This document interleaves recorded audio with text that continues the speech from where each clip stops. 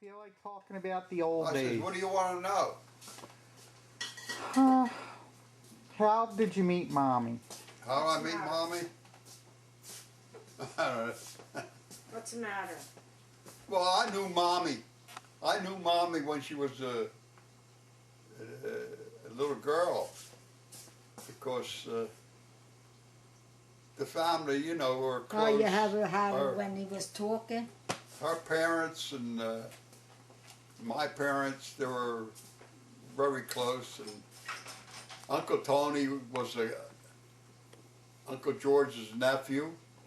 How did Grandmom Buttacavoli and Grandmom Greco know each other? How did... Well, they came from the same town in Sicily. Oh. Okay. Belmonte. No, well, she didn't know. At that time, Grandmom Greco, she was, her parents died. She was sort of an orphan, like, you know. Her parents died, and her brothers and her, she was the only girl, and they were taken in and taken care of. But then Uncle George, my father-in-law George, he came to America, you know, like my father came to America, and Grandpa came to America. He was 16 years old by himself, and he got himself a job as a water boy. They were building Wanamaker store in Center City, and then George, he came over, but he knew my father because they were in the same town, the Providence of Palermo, Belmonte Manzano. And they came from the same, they grew up together over there. So Grandpa worked for John Wanamakers? No, he didn't work there. He helped, he was a water boy. They were building it. Okay. In those days, when they built a big department store like that, it took them a couple of years because it was all hand carried and everything, you know. And he says they were digging it out. Wanamakers, in those days, you know, they had horses with dump carts pulling They go into Wanamakers, and they get loaded up with dirt. And they had the horses, 2 horses. They were good pulling horses, work horses, you know. And they used to haul it from Center City, and if you know the area now, Center City down Broad Street.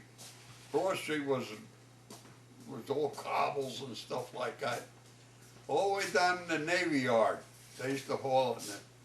And Grandpa says they used to carry 2 loads a day. That's how long it took them to haul the dirt down there, because down around the Navy Yard where the stadium is now and everything was all swampland. Because I knew when I was a kid growing up, we used to go play down there. Sometimes we hook school and go swimming down there. You know, but we used to call it bare ass beach, go in the nude. Used to have fun. And that's how he was working as a water boy. Then as he grew older, he, I say about when he was 20 or 21, we went back to Italy, Sicily, and he married Grandma Buttacavoli. And then he had a child over there, my sister Frances, and she was about 6 months or better. But Grandpa came back to America again, and he got himself a job on a railroad, Pennsylvania Railroad. And he... Are you talking to him? And he got himself a job on a railroad, and then he wrote a letter to have Grandma come over with Aunt Frances. And Aunt Frances was 6. I polished the furniture today. Did you hear that, everybody? What'd you do? Huh? What'd you do? I polished the furniture. Get your feet off the furniture. Okay. And, Please, please, please. Yes, please Mother. stop interrupting. So anyway, 1 second. Wait a minute. Hold on. Wait. now Broad Street was made out of cobblestones at the beginning. And then came the subway. They dug out, the subway used to go far South Street from City Hall, from South Street. Then it went beyond City Hall. On the other side, well, I say about maybe 10, 15 That's not blocks Ireland. beyond City Hall on the north side of Broad Street. And then they start digging from South Street all the way down the Navy Yard for the subway. And they dug up the subway, and us kids over there, we used to go down there and play, and they dug all the way down, oh, God knows how many feet they dug down there to put the subway in. I don't know how long it took, but it took quite a while, because they, in those days, they didn't have truck, they had wagons to haul the dirt. They, maybe you see a truck or two, but the trucks weren't built that strong. And one other thing they had, the Pioneer Paper Company, you know, like, you know, for the the rolls of paper for the newspapers and stuff. Yeah. They had a truck. They had trucks, but it wasn't gasoline. It was electric, run by battery. Now that's going way back in the early in the 20s. It was in the 20s. Yeah, I went all the way back in. They had electric trucks used to haul the paper.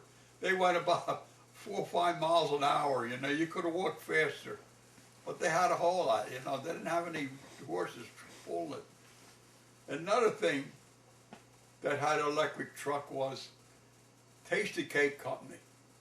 They had electric truck there until the more modern trucks came out of gasoline, so they cut out the electric trucks. But Tasty Cake, you know, were a little faster because it was a lighter truck. But Well, get back to how you met Mommy. You met her. Mommy, that's a long. Mommy I knew her when she was a kid, you know. We knew one Uncle another. Tony. The families Yeah, knew but one Richard, another, you know what I mean? He makes it sound like we knew each real good. The parents were close. The parents knew. We were one another. closer. All families were Parents knew close in one them another. days. I mean, we grew up together with my cousins and everything, even the Beningos, you know. But then as people would start working and making money, you know, that kind of drifted apart, sort of. And but I met Mommy. Oh, we used to live on Franklin Street. We moved from Dreshertown I didn't know you then. to Franklin Street. And I didn't know him then. I was only a little girl. and About she 4 or was 5 years small. old. She was real small. And they lived on Beulah. They lived on Beulah Street. And my mother used to take me. I was about 6 or 7 years old, and she used to take me around the corner to Beulah Street over her house. See, I don't remember that because I was You don't about remember, 2 she years was old. If you were 7, we're 4 years Yeah, apart. So she was about 4 years old or something like that, you know. And then they moved on Franklin Street. We got to know one another better when I went to pick tomatoes. Yeah. And then she grew up, you know, she lived on Franklin. We moved to Juniper Street. Well, we had a bigger house. It was nice. We had electricity in it. Before on Franklin Street, we had gas. We didn't have any electricity. We had gas. You know, it used to light up the house. But when we moved to Juniper Street, we had electricity. It was a newer home. But they had gas at one time, and what they did was they took the gas out, and the electric company electric in there Where on Mifflin Yeah. Street? You had to put a, on Juniper Street. I mean Juniper. Yeah.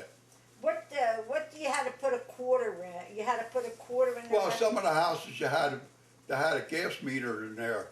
You put a quarter in there, and the gas turned on. You could have cooked and do whatever you want with it. You know, that's the way they I paid just their about, bills. in I those don't remember days. that, but I heard them talking about it. You know, then after that, my father was he was working for DuPont. You know, and we started living all right. You know, as long as we had prosperity. There was a prosperity days. Then Hoover came in, and he screwed everything up. You know, people got out of work. People were throwing themselves out windows and committing suicide because they lost a lot of money in the stock market. You know, and so we went into the depression. And but before that, my father took a hot air heater out of the house, and he put a hot water heater in the house, and we were burning coals. And I don't know what it cost at those days, but everything was cheap in them days. We got a loaf of bread about that big. The cheapest I ever got it was 3 cents, small loaf of bread. 3 cents. I don't remember that. And then they had a larger loaf. It cost 10 cents. And that's the highest the bread was. Italian, nice hot loaf of Italian bread for 10 cents. You can't get that today. You get stale bread today. Because everything was delivered to the home in them days. Milk. The milk was delivered. In fact, before I went to school, I grew up a little bit, about 10 to 12 years old, I used to help the milkman out for 2 o'clock in the morning until I had to go to school, deliver milk to every doorstep. So your mother could. This winter and summer. And the horse, we never drove the horse. He knew where to go, where to stop, get around cars. In those days, where cars were coming out, before it was all horse and wagon bit. And You went to work to help your mother pay bills? that's right. So I worked with the milkman The milk. to pay the bill, the milk bill. And I went to work with the milkman. I was raised during the Then Depression, and I didn't realize then, it was. then she had me work. I had to work a bill off the bread man. Italian bakery used to deliver the bread with the hot bread. Yeah, she made it down there. And in the wintertime, and when I was working with the guy with the hot bread we delivered, I used to put my hands on the bread because it was still hot from the Yeah, but bakery. they had those stoves And I in used the to keep kitchen. my hands warm with that. But it was icy cold in them days. And that's how I helped. Then when I used to come home, then I got older, I come home from school and I went and work in a drugstore. Now in those days they didn't have as super drugstores around here like, like Rite Aid and stuff like that. They had corner drugstores, and they had about, maybe 3 or 4 phones. Some of them had 5 phones in there. Boots. That you had, if you want to make a call, you go over there, you put a nickel in there and you call your party. Nobody had phones. You know, today you don't see them around Nobody anymore had because phones everybody's then. got a phone. In them days, very few people had to have money to have a phone in the house, you know. And they had the phones there. And I worked in the drugstore. I helped the guy out, you know, and the pharmacist. He had me mix it. He had to make up the medicines. He had me mixing there, even the magnesium, the physic, you know. I used to mix all that stuff. And then when the phone rang, I go answer it, and a certain party wants me to go after somebody to come and talk on the phone. Now I used to go over there and they'd give me a nickel. That's how you communicated. You know, and I used to make money on the side like that. So now the ones that didn't give me a tip, when that party came and I remember the address, I wouldn't go. I'd wait about 5 or 6 minutes and I'd say, not home. How are you? I'm going to go over there and you don't give me a tip. So I didn't call them. But that's the way it was in them days. You They know, used to that's give the you 5 drugstore. cents. 5 cents they used to give. And then